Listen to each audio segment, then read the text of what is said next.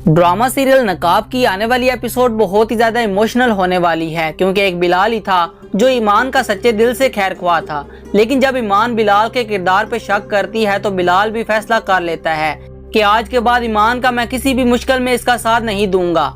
इधर तैमूर जो ईमान के पीछे इस कदर दीवाना हो चुका है कि गुंडा जब तैमूर को बताता है कि जिस गाड़ी में ईमान बैठ के टंडू आदम से कराची गई थी, इस गाड़ी को आखिरी बार मैंने एयरपोर्ट पर देखा था जब ईमान का कजन साकब जब इसे मिलने आया था, तो इसने घर वालों को बताया था कि वो कतर जा रहा है।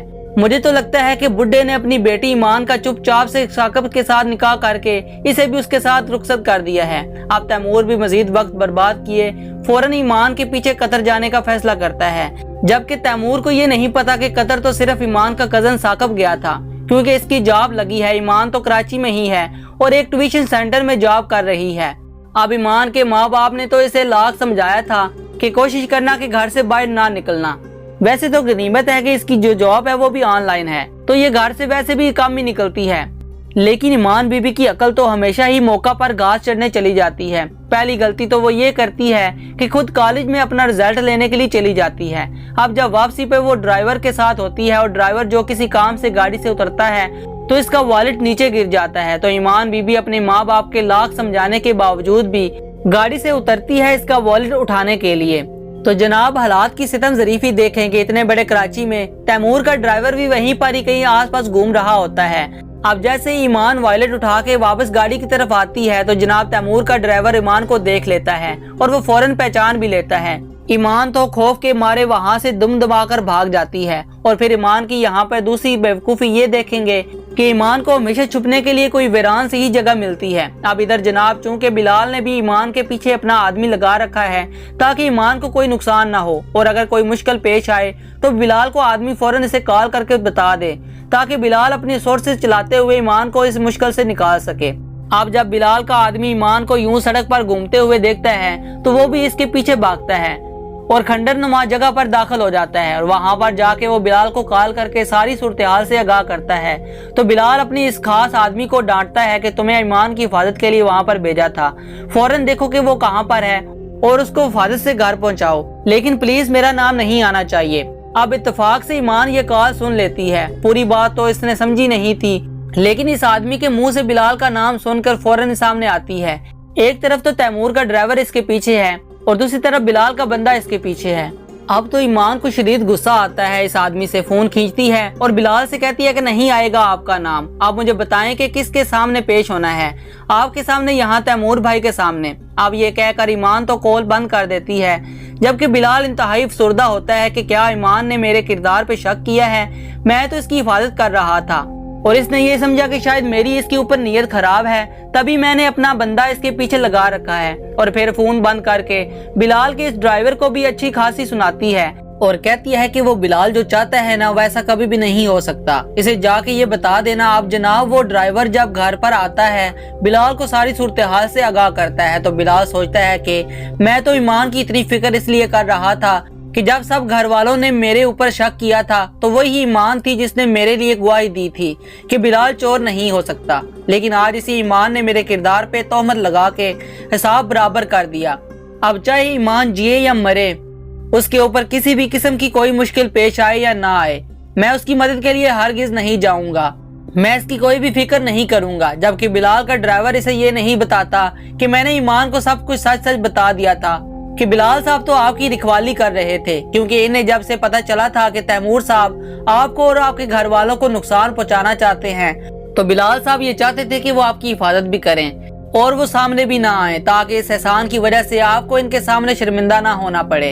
अब ईमान तो जब अपने ट्यूशन सेंटर वापस जाती है तो ये सोच सोच के शर्मिंदा होती है कि इसने बिलाल के ऊपर शक किया और फिर इसी गुस्से के अंदर मैं इतना कुछ सुना दिया। इसे अपनी गलती का एहसास होता है तो वो बिलाल को कॉल करती है ताकि अपने रवैये की माजरत कर सके। इधर तैमूर जो बेचारा कतर में मारा मारा फिरता है, लेकिन इसको अमान कहीं भी नहीं मिलती, तो वो वापस पाकिस्तान आता है और सीधा टंडू आदम ईमान के घर पहुंच जाता है और ईमान के घर वालों को कहता है कि आपका भतीजा मेरी महबूबा को लेकर कतर भाग गया है।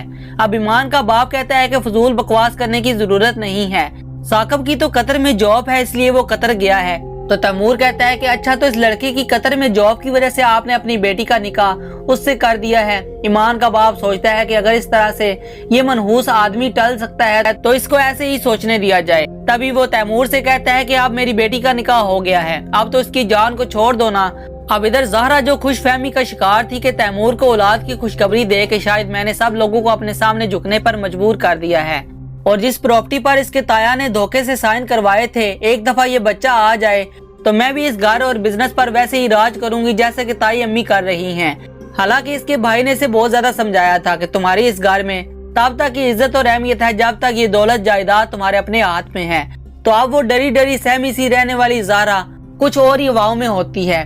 तो इसकी ताई अम्मी जब देखती है कि ज़हरा कुछ ज्यादा ही उछल रही है तो इसे इसकी औकात याद दिलाने के लिए कहती है कि मेरा बेटा बब्बर शेर है। तो ज़हरा अपने ताई से कहती है कि शेर जंगल का हो या सर्कस का, बहरहाल घास नहीं खाता।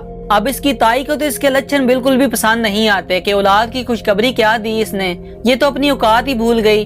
वो इसकी हरकतें अपने शोहर यानी कि तैमूर के फादर नासिर साहब को बताती है तो नासिर साहब सोचते हैं कि जिस औलाद की वजह से ये इतनी उछल रही है ना, अगर हम इसका काम ही तमाम कर दें तो फिर इसको अपनी औकात भी याद आ जाएगी। अब इसके ताया अबू से ये उम्मीद तो नहीं थी।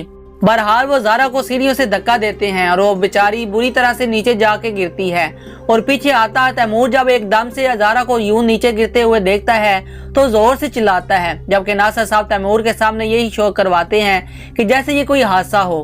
बहरहाल ज़हरा को जब इमरजेंसी में हॉस्पिटल लेकर जाया जाएगा तो डॉक्टर इनको बताएगा कि माँ और इसके बच्चे दोनों की जान खतरे में है। अब यहाँ पर यह भी मुमकिन है कि बच्चा एक्सपायर भी हो जाए।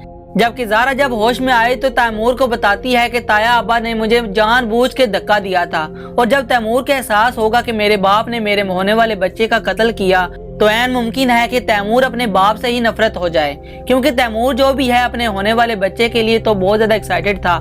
इधर ईमान जो इस ड्राइवर की बातें सुनने के बाद बिलाल के साथ अपने सख्त रवैये पर शदीद पशेमांद होती है और माजरत के लिए बिलाल को कॉल करके कहती है कि आपके इस शहर में बहुत जानने वाले हैं, बहुत सोर्सेज हैं, लेकिन मैंने तो इस बड़े शहर में सिर्फ अपना सब कुछ गवाया ही है। मैं सबको शक की नजर से ही देखने पर मजबूर हो चुकी हूँ। जो कुछ मेरे साथ हुआ है ना। तो बिलाल भी गुस्से से ईमान से कहता है कि आपको क्या लगा था कि मैं भी इन लोगों की तरह कोई आवारा हूँ, मेरा खून भी नापाक है। तो ईमान एक दफा फिर बिलाल से माफी मांगती है और फिर इसको कहेगी कि मैंने तो आपको एक खुशखबरी भी सुनानी थी, और फिर अपनी रिजल्ट का बताएगी कि मैंने 98% मार्क्स हासिल किए हैं। बिलाल तो ये सुनकर बहुत ज्यादा खुश होगा और ईमान से कहेगा कि तुम सच में एक ज़हीन लड़की हो, और वो ईमान को माफ भी कर देगा। लेकिन अभी तक ईमान को ये नहीं पता कि बिलाल एक असिस्टेंट कमिश्नर बन चुका है। यकीनन जब ये सच्चाई इसके सामने आएगी तो ईमान की एक्साइटेड देखने वाली होगी। तो नाजरीन, में से किसको इंतजार है कि ईमान को कब पता चले कि बिलाल कमिश्नर बन चुका है? तो अपनी कीमती राय का इजहार कमेंट सेक्शन में लाजमी कीजिएगा। वीडियो पसंद आई है तो वीडियो को लाइक और चैनल को सब्सक्राइब कर दें।